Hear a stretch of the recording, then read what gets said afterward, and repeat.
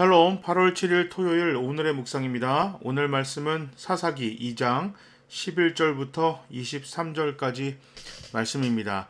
이스라엘이 하나님을 떠나서 다른 신들을 섬기기 시작합니다. 그러자 하나님은 그들을 노략자들 손에서 건져내지 않으십니다. 이스라엘은 심히 괴로워합니다. 하나님은 사사들을 세워서 그들을 구원하십니다.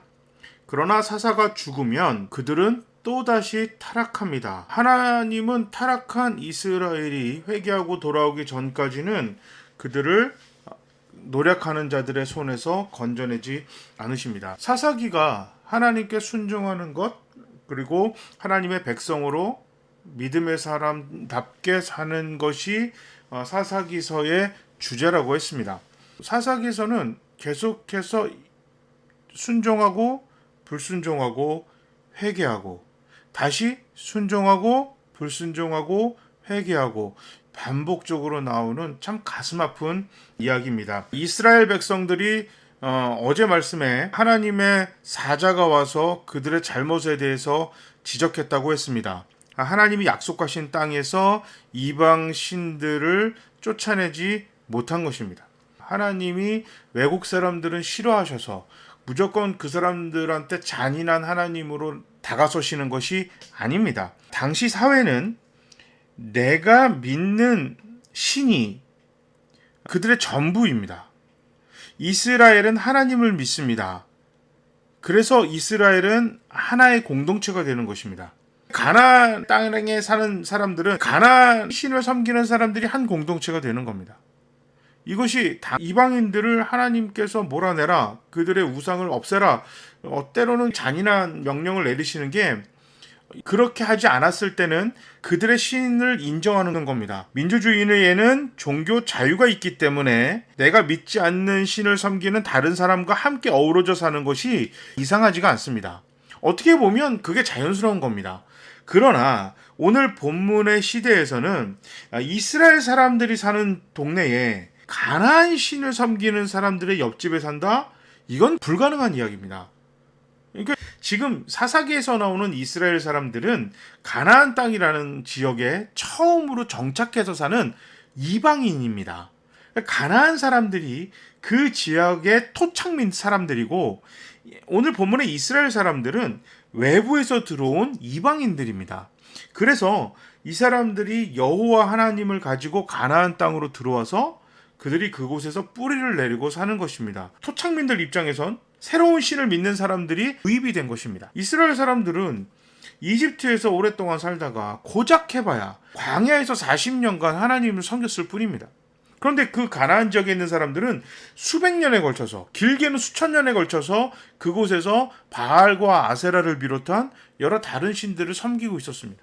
그래서 하나님은 이스라엘 사람들이 하나님에 대한 믿음이 잘 뿌리내리기 위해서는 지역의 이방신을 섬기는 사람들과 함께 어우러져 살면서 그들의 신앙이 타락되거나 혼탁해지기를 하나님 원치 않으셨는데 이스라엘 사람들이 그렇게 해버렸어요. 심지어 그 사람들 종으로 삼고 착하지도 않았어요. 어떻게 보면 전쟁에 지쳐서 또 광야 생활에 너무 진이 빠져서 하나님 정말 굳이 이렇게까지 해야 됩니까? 저 사람들 그렇게까지 죽여야 됩니까?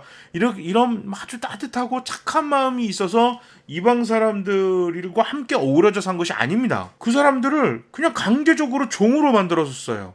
착한 마음이 아니었습니다. 가능한 한 여기까지만 하고 저 사람들의 생명을 살려주는 게 어떻겠습니까? 하나님을 믿는 하나님의 백성으로 우리가 전도 한번 해보겠습니다. 이런 마음을 가졌더라면 하나님이 정말 지원해 주셨을 겁니다. 칭찬하셨을 것입니다. 그런데 그게 아니었어요. 종 삼았어요. 그 사람들의 생명, 인권 전혀 고려하지 않고 자신들이 이 땅에서 평안하게 사는 것, 종을 부리고 떵떵거리고 살 수 있는 것에만 신경을 쓰다 보니까 당연히 하나님의 말씀은 귀에 들어오지 않았습니다.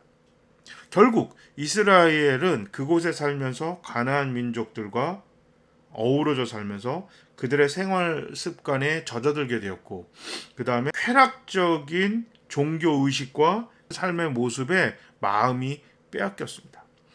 하나님은 엄격하게 절제하고 다른 사람을 배려하고 막 하나님이 원하시는 게 그런 거잖아요. 그런데 저쪽은 보니까 다른 사람 배려할 필요가 없어요. 힘 있으면 뺏어도 됩니다. 그리고 쾌락적이에요. 그러면 어느 거에 사람이 더 마음이 끌릴까요? 웬만하면 대부분 세상적으로 마음이 빼앗기게 되어 있습니다. 인간은 죄에서 태어나기 때문에 죄가 더 강력하게 사람을 휘어잡습니다. 이스라엘이 죄에 빠지면 타락을 해요. 자기들보다 힘센 사람들한테 또 잡아먹혀요. 그러면 당연히 힘들 거 아닙니까? 하나님 앞에 신음하고 또 회개해요. 그럼 하나님이 사사를 보내주세요. 거기서 또 구원하세요. 그러면 그들이 또 순종하면서 잘 살아요. 그러다가 사사가 죽으면 또다시 타락합니다. 이것이 계속해서 반복해서 나오는 것이 사사기입니다. 먼 옛날 이스라엘이라는 나라에서 벌어진 참 가슴 아픈 이야기만이 아닙니다. 지금 우리 삶 속에서도 같은 일이 하루에도 수없이 반복되어질 것입니다. 하나님께 기도하여서 또 믿음의 사람으로 조금 살다가 그러다가 또 조금 삶이 괜찮아지든지 아니면 내가 시험이 든다든지 이런 어려운 일이 생기면 또 하나님을 버렸다가 다시 또 은혜 받아서 하나님 앞에 나와서 순종하며 살다가 우리 삶을 보면 사사기사와 같이 순종과 타락과 회개가 끊임없이 반복되는 것을 볼 수가 있습니다. 그래서 사사기서의 이야기는 역사서가 아니라 믿음의 사람들의 일상생활에 대한 지침서입니다. 우리 교회는 하나님 앞에 어떤 모습으로 살아야 하는지 좀 이상한 데로 엇나간다 싶으면 바로 또 하나님 앞에 엎드려서 회개하고 하나님 붙들고 순종하며 살아가면서 사탄에게 잡아먹히는 그런 정말 끔찍한 일까지는 가지 않는 하나님 붙들고 순종하는 지혜로운 교회, 지혜로운 우리 모두가 되어야겠습니다. 제가 한번 기도하겠습니다.